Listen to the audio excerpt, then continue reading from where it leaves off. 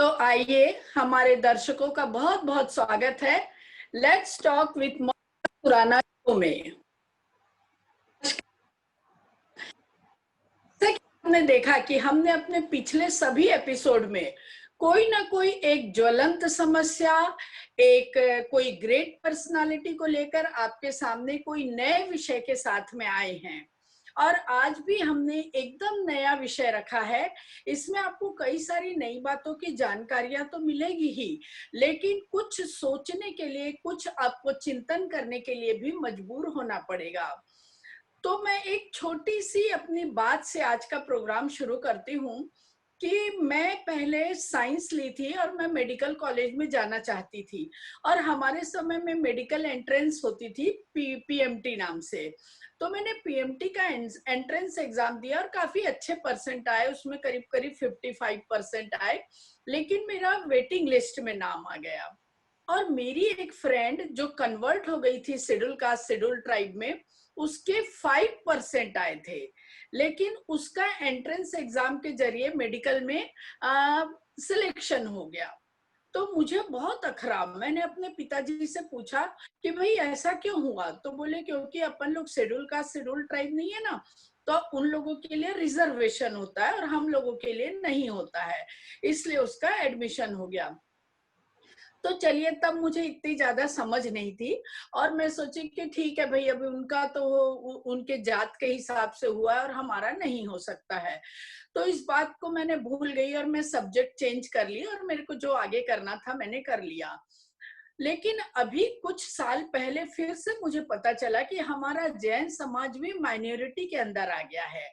तो मुझे इतनी खुशी हुई कि कोई बात नहीं, अगर मेरा सिलेक्शन मेडिकल में नहीं हुआ तो कोई बात नहीं, लेकिन हमारी जो आगे आने वाली जैन समाज की पीढ़ियां हैं, कम से कम अब तो वो मेडिकल में जा सकेगी।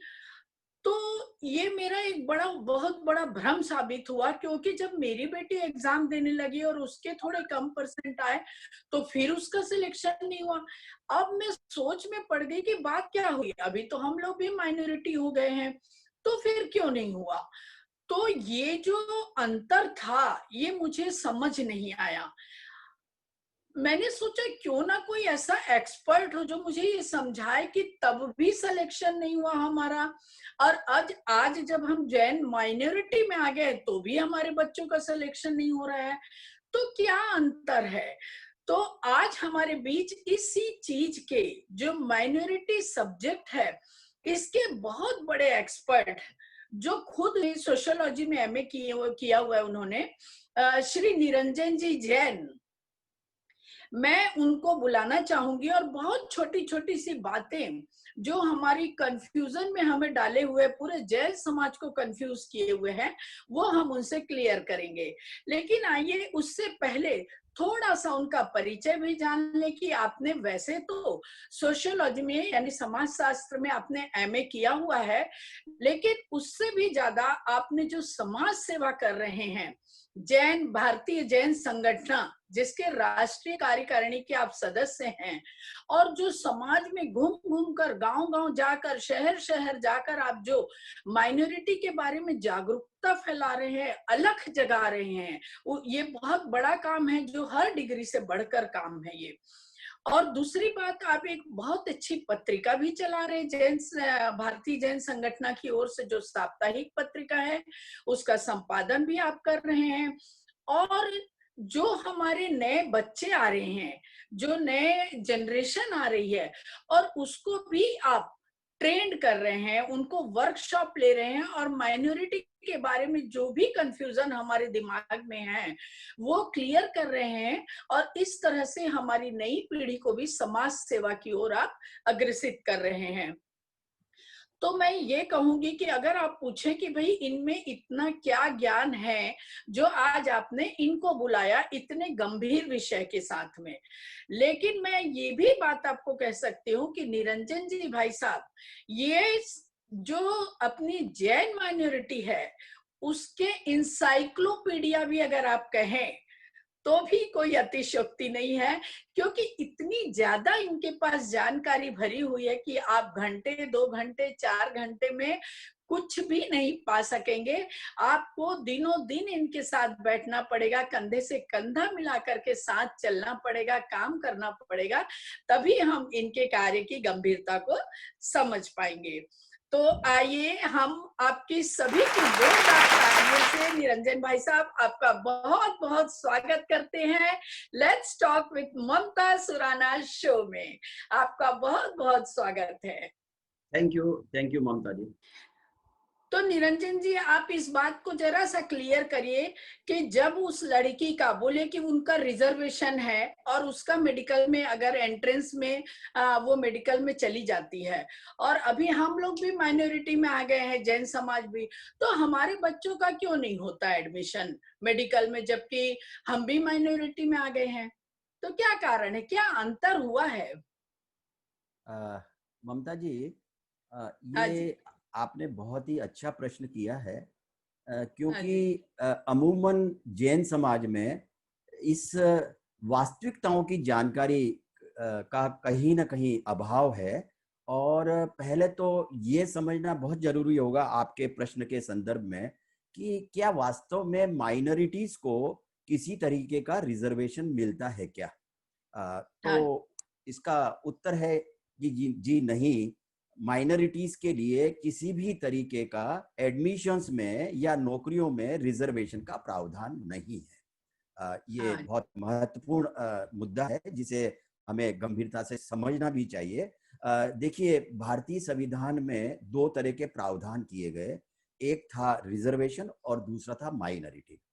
रिजर्वेशन जाति आधारित और माइनॉरिटीज को जो के लिए जो प्रावधान है वो धार्मिक है। और जातिगत जो है रिजर्वेशन जातिगत है, उन लोगों को जो शेड्यूल कास्ट, शेड्यूल ट्राइब और ओबीसीज में है उनके लिए रिजर्वेशन की प्रणाली रखी गई, चाहे वो एडमिशंस हो, चाहे नौकरियां हो या नौकरियों में प्रमोशंस हो, उस स्तर तक जो है उनके लिए रिजर्वेशन रखा गया है। लेकिन माइनॉरिटीज का जो है वो प्रावधान हाँ जी। संविधान में उनके अपलिफ्टमेंट के लिए किया गया है। सोशल, इकोनॉमिकल और एजुकेशनल अपलिफ्टमेंट उन फैमिलीज का हो जो इन धार्मिक समुदायों में अंडर प्रिविलेज कैटेगरीज के अंदर हैं, और उनका सिर्फ इतना ही प्रावधान है, न कि किसी तरीके का रिजर्वेशन देना। ओके।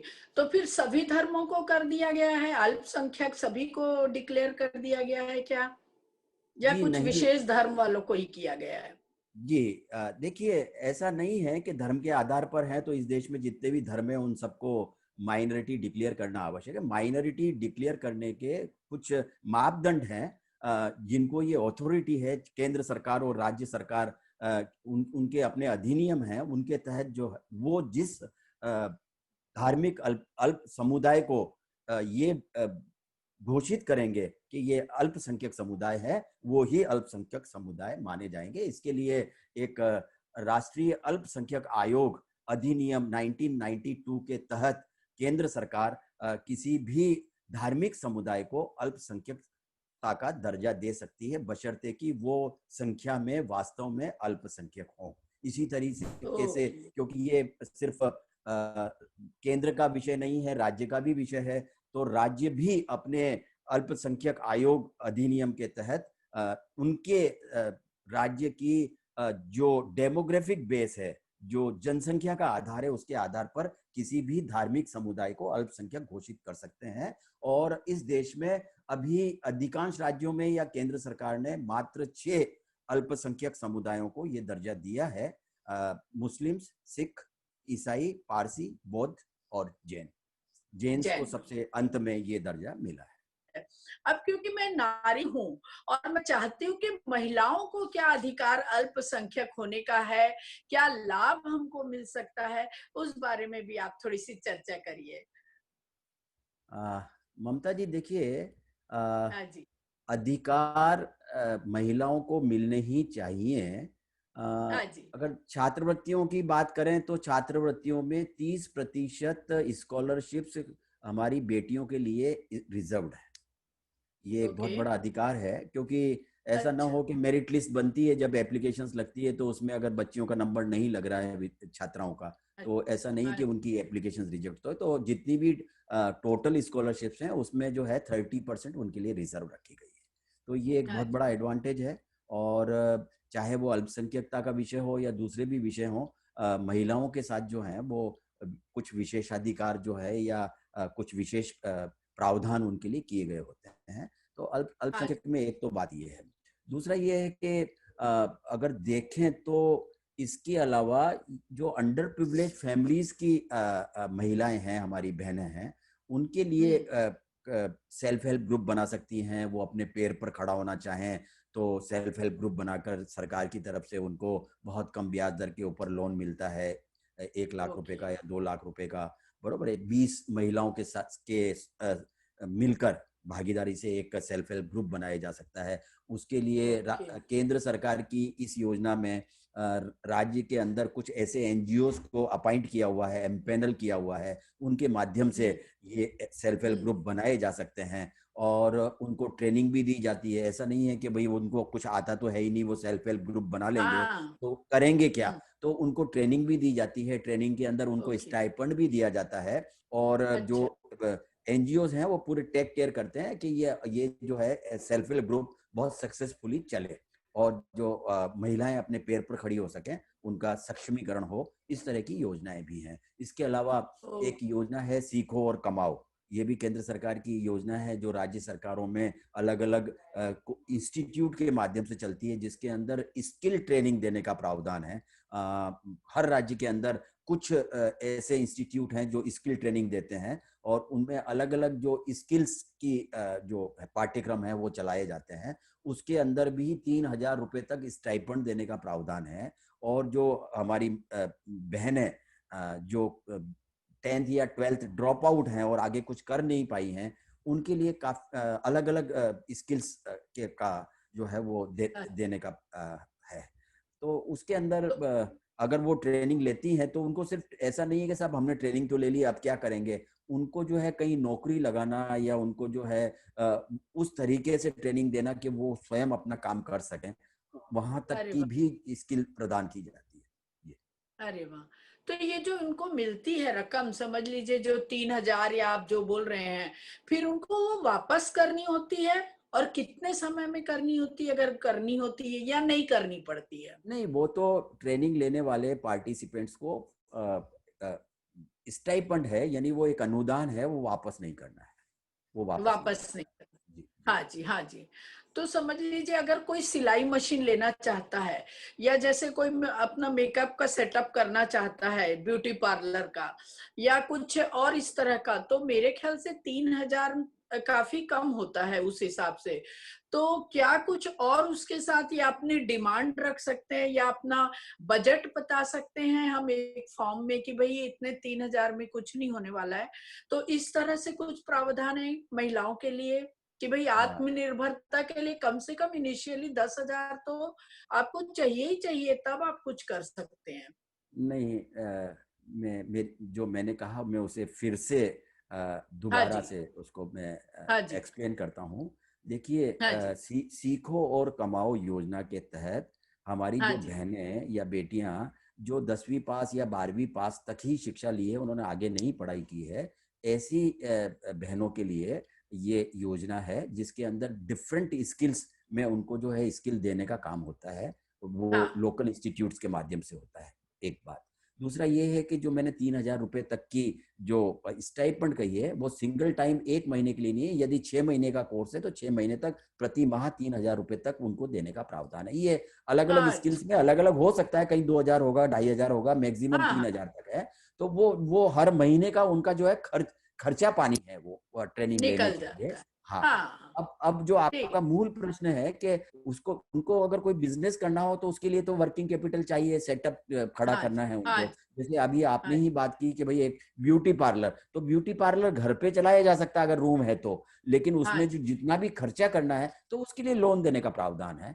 लोन हाँ, मिलता है, लोन लेकर भी काम किया जा सकता है। और लोन की स्कीम्स ऐसा है कि बहुत सारी स्कीम्स होती हैं। ऐसा नहीं है कि अल्पसंख्यक कोई स्कीम में ही लोन लेना आवश्यक है। वहां से नहीं भी मिले तो दूसरी केंद्र सरकार की और राज्य दूसरी सरकारों की इतनी योजनाएं हैं जिनको समझना बहुत जरूरी है। जैसे मुख्यमंत्री सहायता योजना है, हर राज्य में जो है मुख्यमंत्री की सहायता योजना चल रही है, जिसमें विद्यार्थियों को भी सहायता हाँ। मिलती है, बहनों के लिए भी बहुत सहायता मिलती है। अभी हाँ जी, ये हाँ काम करने जैसा है।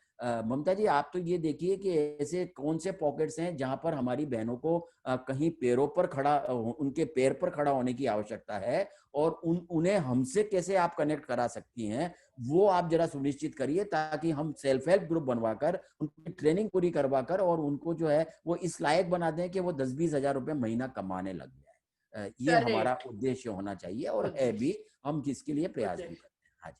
हाँ जी, हाँ जी। मैं खुद कई महिला संगठनों से जुड़ी हूँ, कई सारी महिला संगठन की चेयरपर्सन हूँ, और काफ़ी महिलाएँ करीब-करीब हमारे साथ में 5,000 तो महिलाएँ कम से कम मेरे साथ में कई किसी न किसी रूप से जुड़ी हुई हैं। तो अगर ये होता है, तो एज़ अ कार्यकर्ता भी हमारी बहुत सी महिलाएँ आगे आना चाहेंगी, और एज़ अ बेनिफिशियरी भी हम बहुत सी महिलाओं को आगे ला सकते हैं। अगर जी। हमको खुद योजना का पता हो, हमको खुद ये सब चीज़ों का ज्ञान हो, इसके लिए बहुत ज़रूरी है, क्योंकि महिलाएँ आजकल व्हाट्सएप बहुत पढ़ती हैं, और व्हाट्सएप पे काफ़ी अच्छी चीज़ें भी आती हैं, जानकारी वाली चीज़ें भी आती है। तो अगर हम इसके नियम या इसकी जानकारी कुछ ऐसे 5-5, 6-6 वाक्यों में बनाएँ और छोटे-छोटे वीडियो डाल देवें व्हाट्सएप पे, तो अवश्य सारी महिलाएँ इसको पढ़ेगी, और कम से कम 1 दिन में, 2 दिन में नहीं, तो कम से कम महीने, 2 महीने में उनको ज़रूर ये सब नियमों की जानकारी हो जाएगी। तो ये मेरे ख्याल से बहुत फ़ायदेमंद रहेगा, हम ऐसे हर महिला तक पहुँच सकेंगे। जी। आपकी क्या सोच है इस बारे में? नहीं नहीं, प्रयास करने चाहिए। व्हाट्सएप में तो डालने में और उनके थ्रू सूचनाएं देने में वो बेस्ट मीडिया है आज की तारीख में। सभी और कुछ इंटरनेट या और कुछ खोलना ना आता हो, लेकिन व्हाट्सएप सभी को खोलना आता है। तो हाँ उसका जी। लाभ जो है, हमारी सूचनाएं उन तक पहुंच सकती है और पहुंचनी भी चाहिए। ये आपने जो प्रस्ताव रखा है, इस पर हम कई वर्कआउट करेंगे, और इस तरीके के फ्लायर्स या कुछ भी बनाकर जो हम दे सकते हैं वो देने का प्रयास भी करेंगे। हाँ जी। थोड़े समय पहले तक ऐसा हम लेडीज लोगों में बहुत चला था कि जैन लिखो, हर जगह जैन लिखो, जैन लिखो, पर तब हम समझ नहीं पाए थे कि जैन लिखना क्यों आवश्यक है। हर फॉर्म में, गवर्नमेंट के फॉर्म में, स्कूलों के फॉर्म में, बच्चों के फॉर्म में, तो इसका क्या फायदा है, और इसके पीछे क्या योजना हो सकती है गवर्नमेंट की? देखिए, आपने ये कहा कि क्यों लिखना चाहिए, तो हाँ बड़ा जी। सिंपल सा लॉजिक है कि अब मुस्लिम जो है वो अपने धर्म या जाति में मुस्लिम लिखता है, बरोबर है। हिंदू है तो हिंदू जी। लिखता है, सिख है तो जी। सिख लिखता है। तो फिर हम जैन जैन क्यों ना लिखें? हाँ हमें भी जी। जैन लिखना चाहिए। इस बात का हम एक तरफ बिल्कुल। जो है बड़े बड़े ये बैनर्स में नारे लगाते हैं कि गर्व से कहो हम जैन हैं, तो वो जैन गर्व की है। अनुभूति हमें जो है हमारी डे टू डे लाइफ में भी तो होनी चाहिए। जहां भी जरूरत है वो बिल्कुल। हम लिखें, है ना? तो वो लिखना चाहिए। दूसरा, ये अगर हम लाभों की दृष्टि से भी देखें, तो हम सिर्फ क्योंकि हमने आज तक जैन लिखा नहीं है, इसकी वजह से हम जितने अल्पसंख्यक प्रावधानों के तहत लाभ मिल सकते थे इन टर्म ऑफ मनी, उसमें हम बहुत बड़ा नुकसान कर रहे हैं। हमारी जनसंख्या सही नहीं आती है। जो एक्चुअल जनसंख्या है वो करीबन ऐसा यदि मैं कहूँ कि 2 करोड़ के आसपास हम हैं, और अ, हमारी ऑफिशियल जनसंख्या जो हर 10 साल के अंदर सेंसस होता है, एक दशक हाँ खत्म जी। खत्म हाँ होता जी। है, तो हाँ सेंसस जी। होता है अभी 2021 में होगा। तो उसके अंदर हमारी जो आंकड़ा आ रहा है वो बहुत गलत आ रहा है। वो एक्चुअल आंकड़े से बहुत कम है। तो ये आप, क्योंकि ये कार्यक्रम महिलाओं के लिए विशेष रूप से है, तो मैं यहाँ हाँ जी। हमारी बहनों को ये मैसेज भी देना चाहूंगा कि 2021 में जब ये जनसंख्या जिसे सेंसस कहते हैं या मृदुमशुमारी कहते हैं, वो हो, तो हम इतने अलर्ट रहें और ये सुनिश्चित करें कि हमारे परिवार का जो है पूरा डाटा फीड किया गया है, जो सूचना दी गई है, और उसमें धर्म और जाति के कॉलम में हम सिर्फ जैन लिखेंगे और कुछ नहीं लिखेंगे। क्योंकि जाति को लेकर, देखिए, धर्म को लेकर तो कोई कंफ्यूजन है नहीं, हाँ बरोबर। जी। सब सब मानते हैं कि हम जैन हैं और हमारा धर्म जैन। जैन है। उसमें भी कुछ लोग तकलीफ देते हैं, वो उसमें भी पंथवाद जो है डालने की कोशिश करते हैं। हाँ। कुछ कुछ इस तरीके भी प्रणाली चल रही है, मारवाड़ी जैन है या श्वेतांबर जैन है या दिगंबर जैन है, उसकी जरूरत नहीं है। हम्म। सरकारी चौपड़े में या सरकार के अकाउंट में हम सिर्फ जैन हैं और हमें जैन ही लिखना है। और दूसरा ये है कि जाति को लेकर बहुत ज्यादा भ्रम है। इस तरीके के व्हाट्सएप भी मैंने देखे हैं कि नहीं नहीं, जाति तो हमारी जैन नहीं है, हमको उसकी जगह ये लिखना चाहिए। अगर हम खंडेलवाल हैं तो खंडेलवाल लिखें या पोरवाल लिखें या श्वेतांबर लिखें। इस तरीके की जो है बहुत गलत इंफॉर्मेशन व्हाट्सएप के जरिए जो है देने का प्रयास किया जाता है। लेकिन कहीं भी हमारे गोत्र के अनुरूप जाति को जो मान्यता है वो सरकार में नहीं है। सरकार में अगर जाति की मान्यता है तो वो सिर्फ जैन के लिए है और जैन शब्द ही है, उसके अलावा कोई मान्यता नहीं है। तो जहां जरूरत पड़ती है लिखने की, वैसे तो मोस्टली धर्म पूछा जाता है और धर्म में जैन लिखना है, उसके अलावा कुछ नहीं लिखना है। और जाति का अगर कहीं कॉलम आ रहा है तो उसमें जैन लिखना चाहिए। ये जैन इतनी जो लिखना है, चाहिए। हाँ, इतनी अलर्टनेस हमारी बहनों को यदि रहती है तो निश्चित रूप से ये आने वाले समय में कोई नुकसान नहीं होगा, फायदा ही होने वाला है। हाँ जी, जैसे मैं ममता सुराना हूं तो मैं ऐसा भी लिख सकती हूँ, जैन ममता सुराना। हाँ, बिल्कुल लिख सकते हैं। हाँ। लेकिन ये इसमें आप लिख रहे हैं वो नहीं, लेकिन आपका जो सरकारी रिकॉर्ड है वो क्या है, दैट इज इम्पोर्टेंट। अभी अगर आप जैसे जैन ममता सुराना लिखती हैं तो लिख सकती हैं, अच्छी बात है, लेकिन आपका जो सरकारी रिकॉर्ड है, आपका सरकार में क्या नाम लिखा हुआ है, दैट इज इम्पोर्टेंट, ओके। वहां जैन होना चाहिए। तो जो आपका मूल प्रश्न था, मैं उस पर वापस आता हूं कि अभी हमारी बहनें जिनके बच्चे 10वीं कक्षा या 10वीं कक्षा से नीचे हैं, उन्हें ये सुनिश्चित करना चाहिए कि उनके नाम में जैन शब्द जुड़े, चाहे वो कुछ आना। भी गोत्र लिखी हुई हो। कोई भी लिखी हुई, जैसे सुराना लिखी हुई है तो सुराना के आगे जैन लिखना चाहिए, चाहे आगे लगाइए या पीछे लगाइए, इट मेक्स नो पीछे डिफरेंस। लगाइए। अभी अभी तो प्रश्न ये है कि ये हम सरकारी रिकॉर्ड कैसे ठीक कर सकते हैं। तो 10वीं हाँ। तक का विद्यार्थी है, वहां तक हो सकता है, 10वीं पास कर ली उसके बाद नहीं होगा। सरकारी नियम है, कायदे हैं, एक एफिडेविट देना पड़ता है, कोर्ट में वकील से मिलेंगे, वो बना देगा और वो स्कूल में जमा कराना होता है। और स्कूल जो है वो उसमें फिर ना नहीं कर सकता, वो उनको जो है वो उनको वो नाम जो है चेंज करना। ऐसे जाति में भी अगर कुछ गलत लिखा हुआ है तो हम धर्म और जाति को भी चेंज करवा सकते हैं। ये सारे प्रावधान हैं।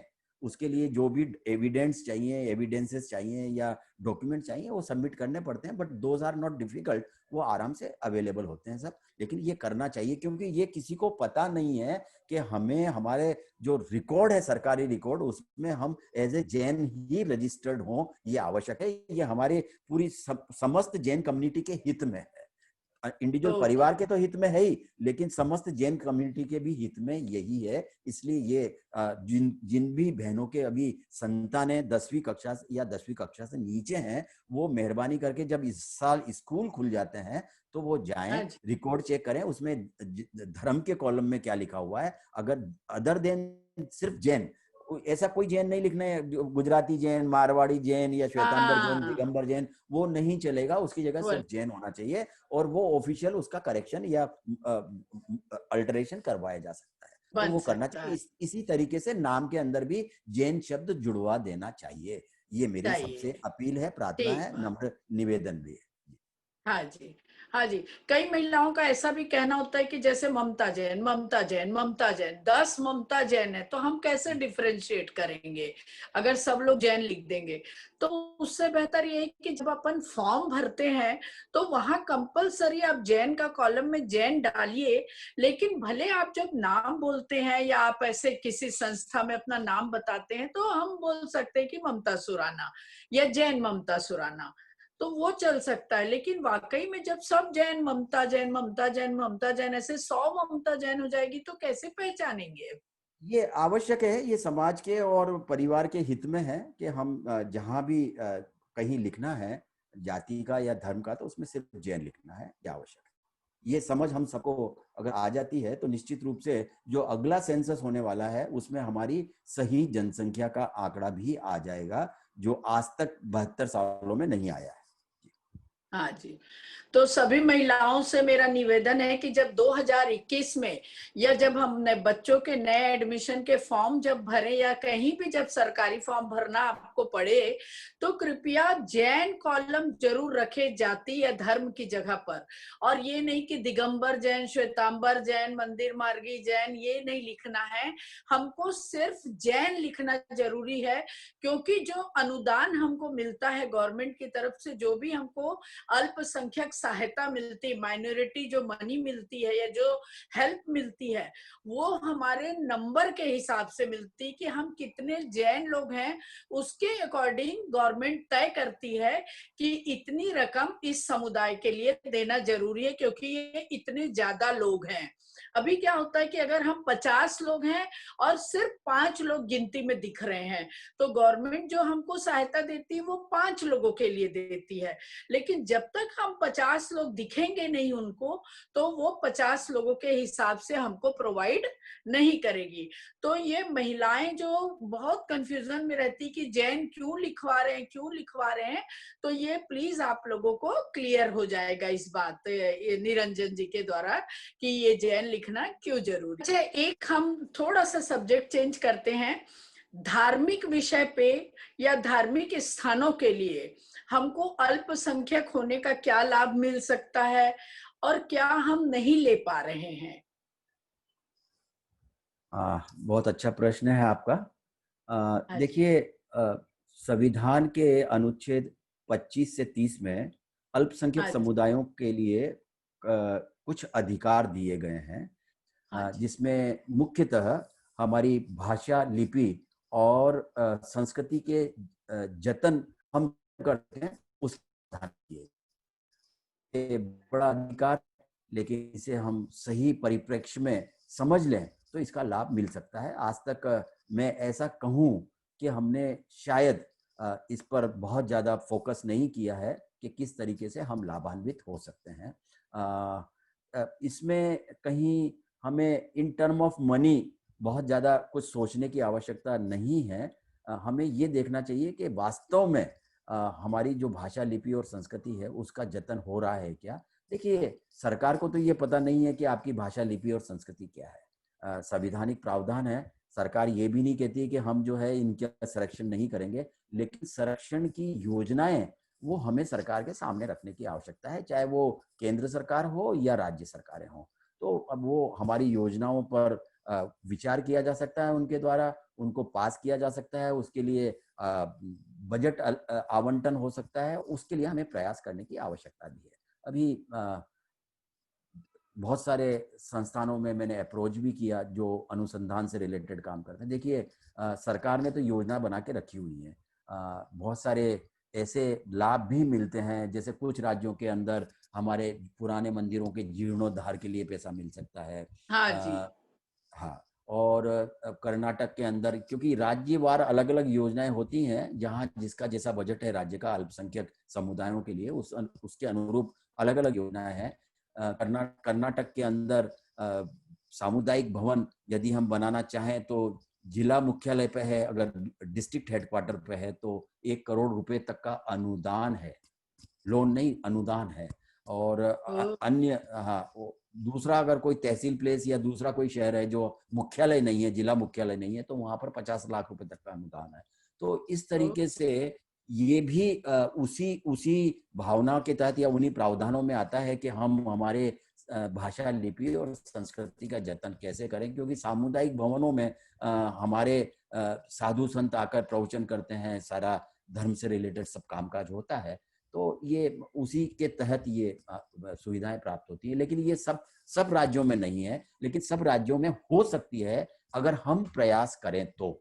हम एग्जाम्पल दें कि सर ये हमारे लिए बहुत आवश्यक है, संविधान का ये नियम ऐसा कहता है, ये अनुच्छेद में ऐसा लिखा है, इसके लिए बजट आवंटन करें। इस तरीके की रिप्रेजेंटेशन गवर्नमेंट को, राज्य सरकारों को करने की आवश्यकता है।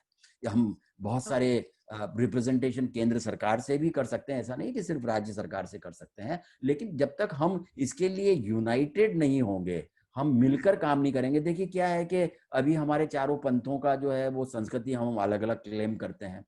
जैसे संथारा को ही ले लें तो संथारा चारों पंथों में नहीं है, दो ही पंथों में, दो पंथों में नहीं है। तो ये जो है बेसिक प्रॉब्लम इस तरह की है। लेकिन सरकार को यदि अगर हमें कुछ भी चीज रखनी है तो वो चारों पंथों के माध्यम से एक साथ ही रखी जाएगी। ऐसा नहीं होगा कि ये दिगंबर समाज के लिए है, ये श्वेतांबर समाज के लिए है, वहां ऐसा नहीं चलेगा। तो अगर मैं आपके प्रश्न का सही परिप्रेक्ष्य में जवाब दूं तो जैन समाज की यूनिटी बहुत आवश्यक है। जब तक वो नहीं होगी हम किसी भी तरीके का धार्मिक लाभ नहीं ले पाएंगे। ओके, तो ये हमारे समाज को जानने की बहुत ज्यादा जरूरत है कि सरकार ने ये प्रावधान किया है कि आपकी संस्कृति, आपकी भाषा और आपकी लिपि वो बचाने के लिए सरकार आपको हेल्प करती है, अनुसंधान है, संवैधानिक रूप से हम उसके लिए एलिजिबल हैं। लेकिन हमें मिलजुल कर प्रयास करना है। हमें ये नहीं कहना है कि भाई आप लोगों का संथारा होता है तो आप देखो, आप लोग में दिगंबर साधु होते हैं तो आप देखो, अगर आपके साधु जी का एक्सीडेंट हो गया है तो आप लोग देखो। तो इस तरह से नहीं, ये पूरे जैन समाज की एकता के लिए पूरे जैनों को मिलजुल कर करना होगा।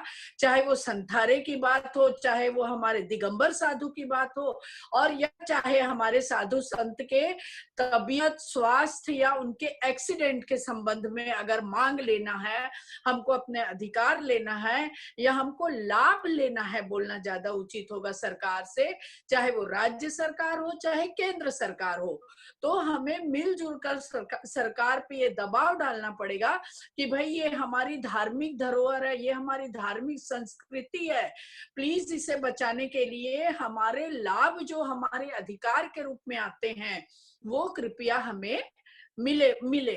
लेकिन उसके लिए क्या हमको कुछ रजिस्ट्रेशन कराना होता है अपने, या ट्रस्ट बनाना होता है, या कुछ इस तरह की फॉर्मेलिटीज होती तभी हमको मिलता है, या मंदिर बना दिया और लाभ मिलने लग जाएगा? ये ममता जी, ये देखिए अभी आपने साधु संतों की बात की थी। आपका जो प्रश्न अभी है उसका उत्तर मैं बाद में हाँ देता जी, हूँ। हाँ जी, पहले हाँ साधु जी, संतों की बात करें।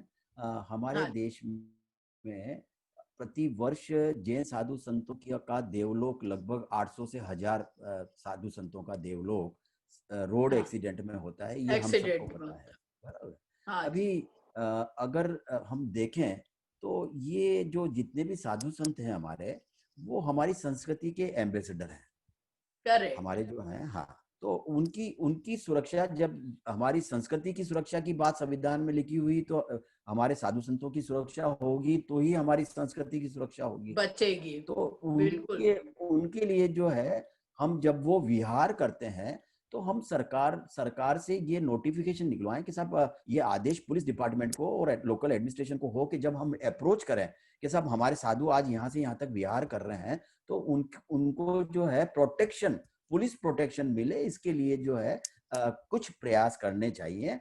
और ये बहुत मुश्किल काम भी नहीं है। अगर हम समझेंगे कि किस किस तरीके के हम लाभ अधिकार जो है उनका ले उपभोग कर सकते हैं, तो निश्चित रूप से, क्योंकि आज हमें ये पता नहीं है कि हम किन अधिकारों को हमको मिल रहे हैं और उनको उन अधिकारों का उपभोग या उनका लाभ किस तरीके से लेना है, वो एक बहुत विशद सब्जेक्ट है, उसको समझना होगा। अगर वो समझे तो निश्चित रूप से लाभ ले सकेंगे। तो ये करना है। अभी आपका जो मूल प्रश्न था, फिर से एक बार बता दीजिए क्या था। रजिस्ट्रेशन का, कि क्या हाँ, हम रजिस्ट्रेशन। रजिस्टर्ड होते हैं तो ही मिलता है, या बस मंदिर बनाया और मिल गया?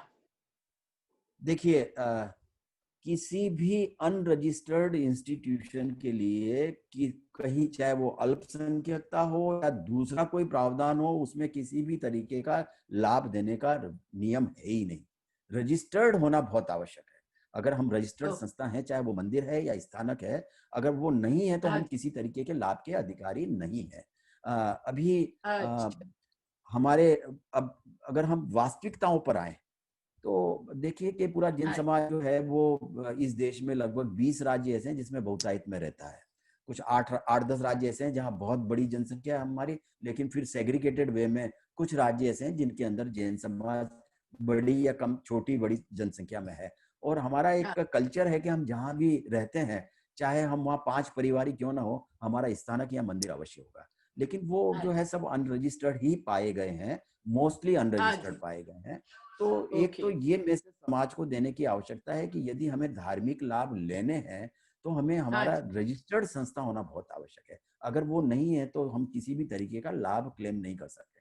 एक एक एग्जांपल से और मैं समझाता हूँ कि एक हमारा मंदिर है और उसमें किसी तरीके का कोई बहुसंख्यक समाज किसी तरीके से हमें प्रताड़ित कर रहा है, एनक्रोचमेंट करने की कोशिश कर रहा है या और किसी तरह की तकलीफ है, तो हम एडमिनिस्ट्रेशन से आधिकारिक तौर पर ये कहकर कि ये अल्पसंख्यक जैन समुदाय का संस्थान है और हमें जो है सुरक्षा दीजिए, ये हम अधिकार के तौर पर नहीं कह सकते क्योंकि हम अनरजिस्टर्ड संस्था हैं।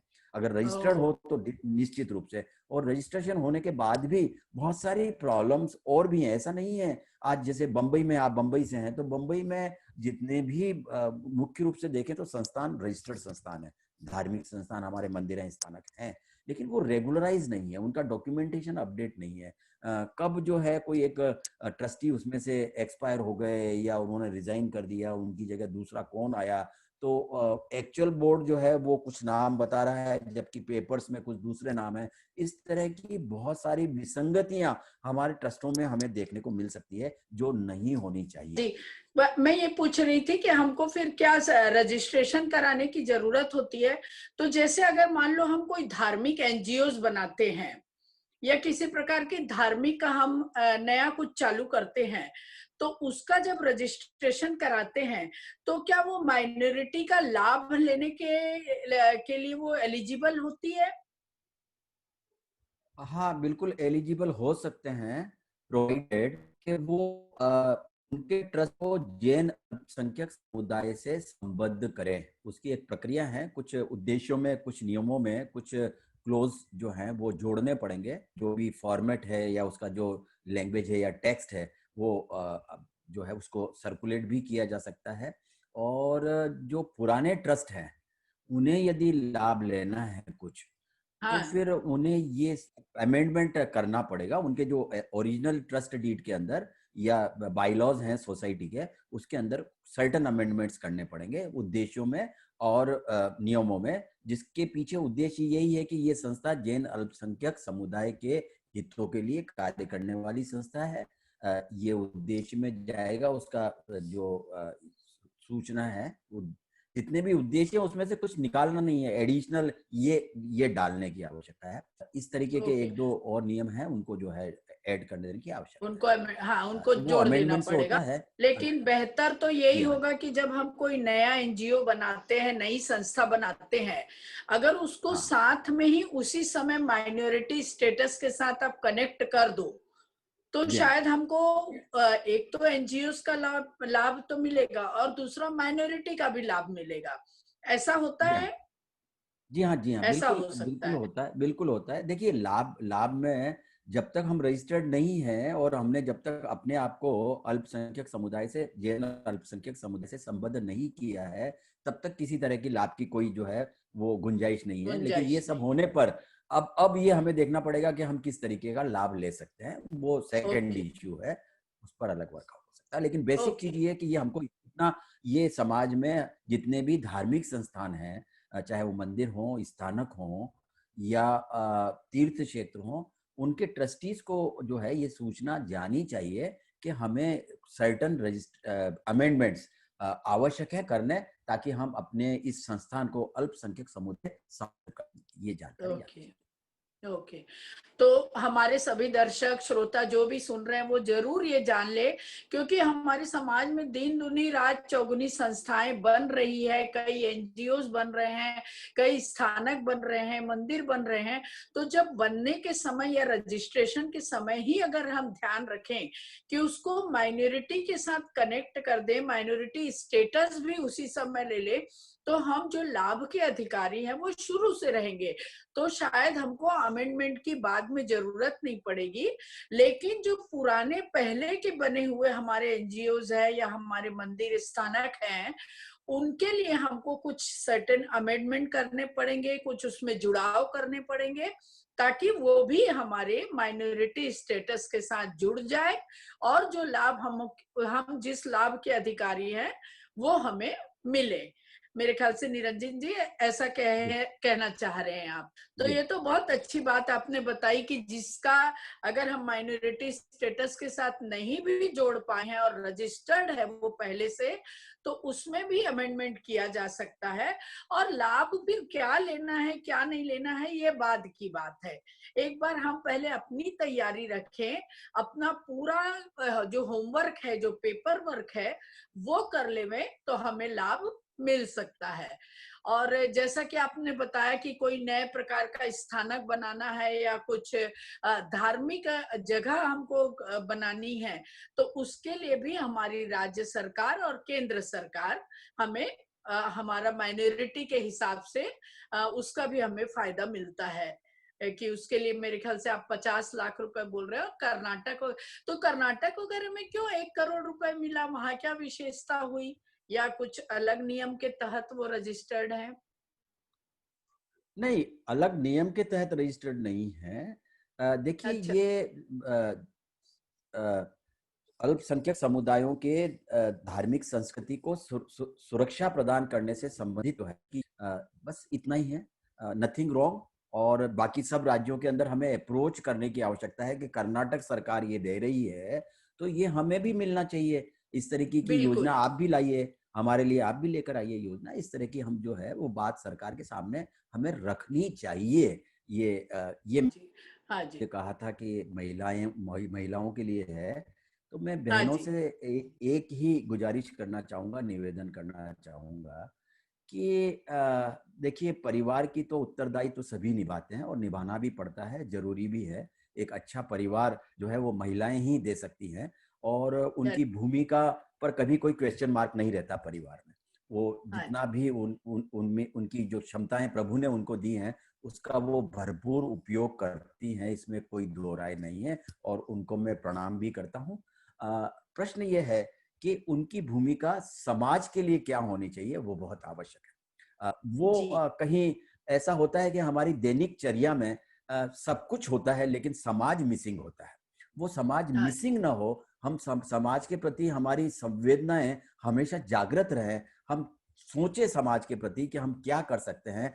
घर बैठे हुए भी आपने अभी ये कहा कि भाई जीटो के या जियो के ऑफिस में बैठकर काम कर सकते, जरूरत नहीं है। हम जिस तरीके से सिस्टम बनाया हुआ है, हम जो ट्रेनिंग देंगे विद्यार्थियों की सहायता वो घर से बैठकर कर सकती है, हमारी पढ़ी लिखी बहनें आराम से कर बहुत सकती। बहुत अच्छा। हाँ हाँ, अभी आपको जो है थोड़ा इनिशिएटिव ममता जी लेने की जरूरत है। आप एक हाँ सर्कुलेट करिए कि इस तरह की ट्रेनिंग महिलाओं को दी जाएगी जो ऑनलाइन एप्लीकेशंस विद्यार्थियों की सेवा स्वरूप में करना चाहें।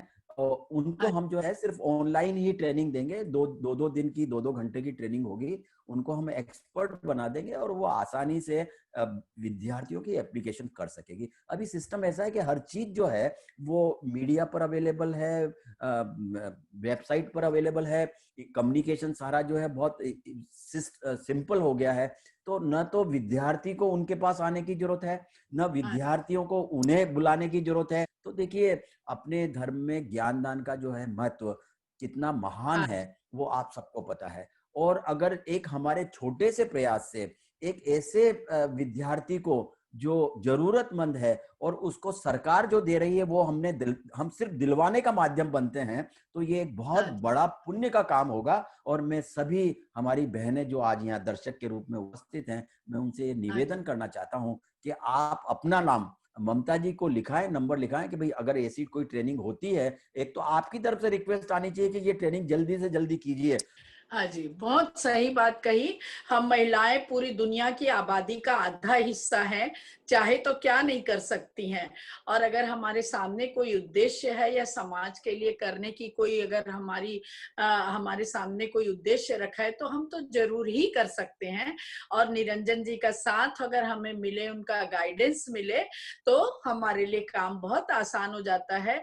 ये स्वयं भी पूरा जीवन अपना समर्पित किए हुए हैं समाज के लिए, अंडर प्रिविलेज के लिए, हमारे माइनॉरिटी भाई बहन के लिए, हमारे पूरे कम्युनिटी के लिए। तो फिर हम इनके साथ में अगर बढ़ें तो हम भी जीवन में, समाज में कुछ न कुछ उत्थान तो कर ही सकते हैं। तो मैं सभी से अनुरोध करूंगी कि आप जिस तरह से भी, जैसी भी अगर हम सहायता कर सके और जुड़ सके, साथ में मिलजुल करके काम कर सके, तो ये हमारे लिए बहुत अच्छी बात होगी। और इसी के साथ मैं निरंजन जी भाई साहब का बहुत बहुत धन्यवाद करती हूँ। आपने बहुत समय आज दिया हमें, और मुझे तो आशा भी नहीं थी कि इतनी देर तक हम कुछ बातचीत कर पाएंगे, लेकिन आप तो ज्ञान का भंडार है, निकालते जाओ निकलते जाए, निकालते जाओ निकलते जाए। तो बहुत ही अच्छा लगा आपसे बात करके। आगे भी हम आपस में जुड़े रहेंगे और देखते हैं कि हम आपके साथ में क्या सीख सकते हैं। धन्यवाद। तो आज हमारे दर्शकों ने बहुत ही महत्वपूर्ण जानकारी प्राप्त की माइनॉरिटी के बारे में, और जैन समाज माइनॉरिटी का कितना उपयोग कर पा रहा है, कितना लाभ ले पा रहा है, और इस लाभ के लिए कौन कौन एलिजिबल हैं और कैसी तैयारी हमें रखनी चाहिए, इन सब बातों की जानकारी हमारे जो माइनॉरिटी एक्सपर्ट है श्री निरंजन जी जैन, जिन्होंने आज दी। वो आशा करती हूँ कि आपको वो सब पसंद आई होगी। अगर आपको ये जानकारी महत्वपूर्ण लगी, पसंद आई, तो कृपया मेरे वीडियो को लाइक करें, शेयर करें और सब्सक्राइब तो जरूर करें। धन्यवाद। मेरा ईमेल आईडी और फोन नंबर दिया हुआ है। अगर आप चाहते हैं कि इस प्लेटफॉर्म के जरिए हम किसी को इंट्रोड्यूस करें, ऐसी कोई ग्रेट पर्सनालिटी आपके आसपास है, तो कृपया हमें सूचित करें। धन्यवाद।